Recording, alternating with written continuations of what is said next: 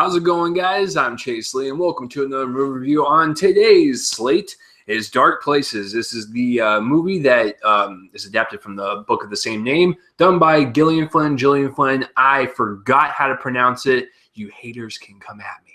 It's okay. We're going to still be friends. So last year, I'm going to just call her Gillian Flynn, because that's what it looks like. So Gone Girl came out last year, and that was also based on the book of the same name, done by the same author. The cool thing about Gone Girl, I'm going to make a lot of Gone Girl references, so get ready for it, folks. The one thing I liked about it is, sure, it felt like a Lifetime movie, but it was elevated by the directing, the acting, the writing, the cinematography, the music. It felt like a bigger movie than it should have. So with going into Dark Places, I was really excited to see another adaptation from Miss Flynn, because I really liked Gone Girl, and she wrote the screenplay for Gone Girl. She did not write the screenplay for this one, so I was really looking forward to see how this was going to be handled, and I was okay with it. I'm just going to right off the bat. It's certainly missing that director's touch, the acting touch, the writing touch, the cinematography touch, and the music touch. It's missing all of it, and I think that's the main difference between this and Gone Girl. So let's break this down. Got my notes here. All right, so the plot is Libby Day, played by Charlize Theron, was only 7 years old when her family was brutally murdered in the rural Kansas farmhouse. 25 years later, she agrees to revisit the crime and uncovers the wrenching truths that lead up to that tragic night. Now, that seems like a pretty cool little thriller we got going on, you know? It doesn't sound like much, and you're absolutely right. It's basically like a Lifetime movie. It's like an average Lifetime movie you would see on a Tuesday at like 9 p.m. I mean, that's just the style of the movie, and I totally get that. There's an audience for it. I'm not bashing it, because I liked it, but I just, you know, overall it's just okay. I'm not gonna remember it. I'm not gonna watch it again. It was just okay. So let's break this down. The director is, whew, here we go. Even though I wrote it down, it sounds like I can't pronounce it. All right. Gilles Paquette-Brenner. If you're watching this, just know I didn't hate your movie, but I'm hating myself for not pronouncing your name right.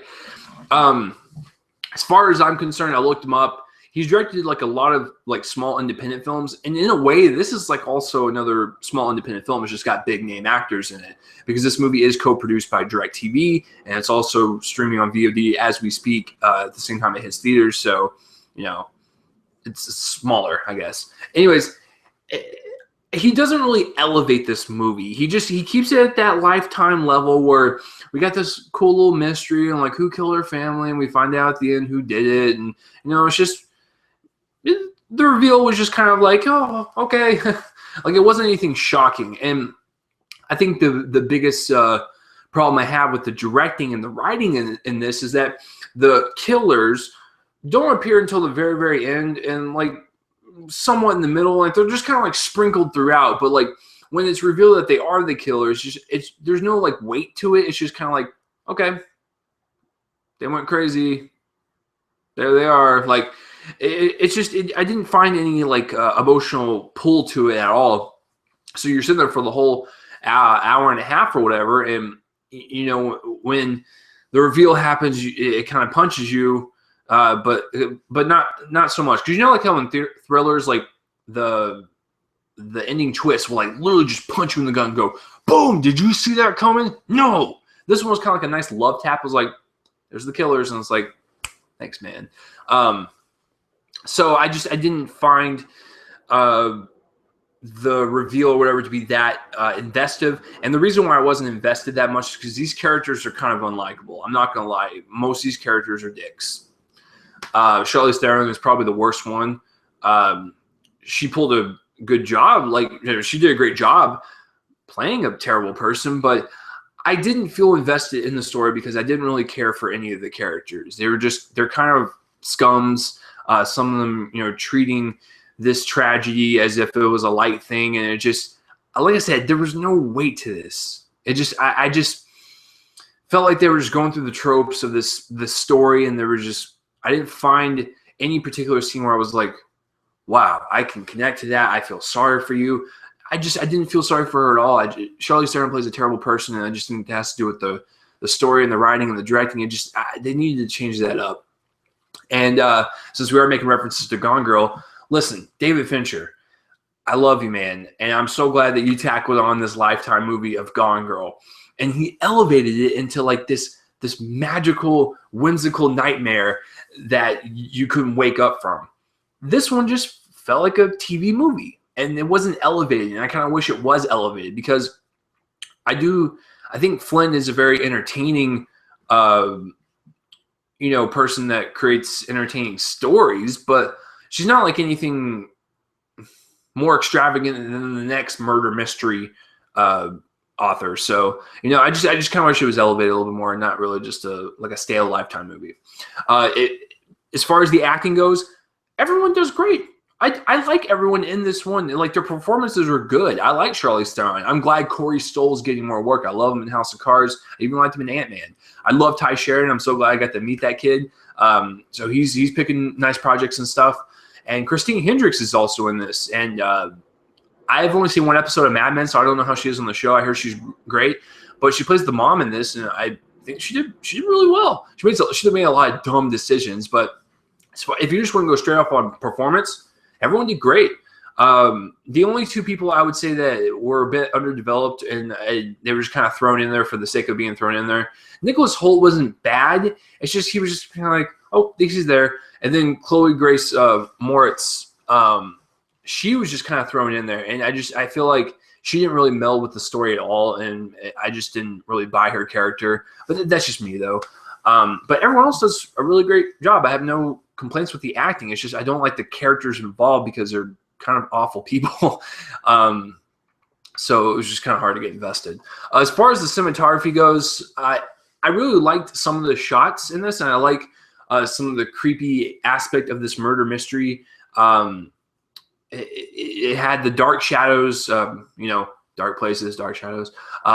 There are harsh shadows. It looked like a really cool murder mystery at some points.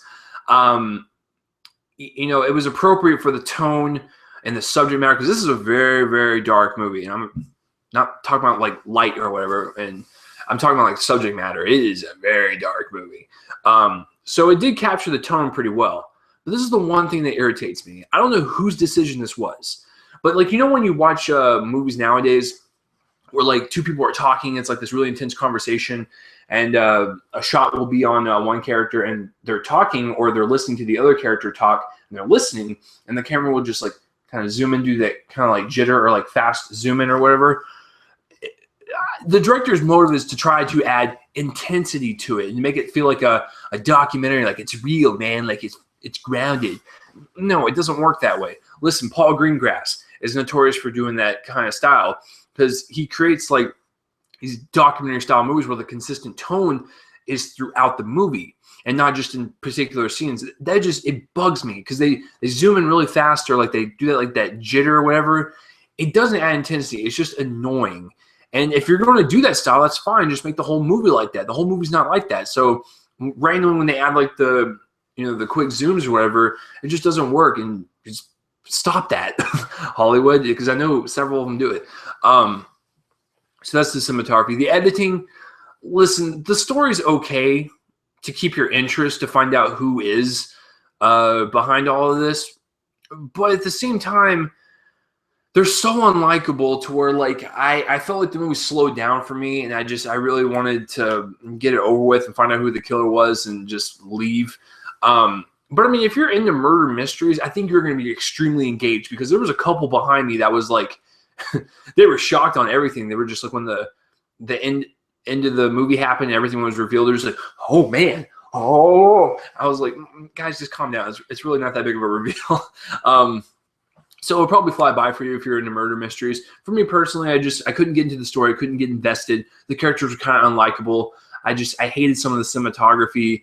But the acting was on point, so I will give it that. It's not a terrible movie. It's not a good movie. It's just kind of the down the middle for me. It's just a C. I'm gonna give it a C. It's an extremely dark story for sure. So if you can't handle dark stories, I would just give you the warning right now.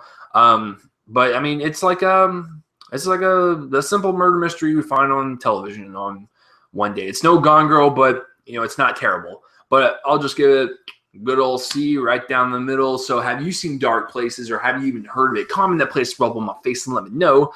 And as always, I'm Chase Lee, and tune in next time for whatever review I review next. The intro and the outro music is provided by my friends band Fervent Roze. If you want to check out their songs and stuff, link will be in the description below, as well as my Twitter, Facebook, YouTube, all that jazz. If you want to follow me, all in the links in the description below. Let's play the outro music. I'll see you guys next time for another movie review. Peace.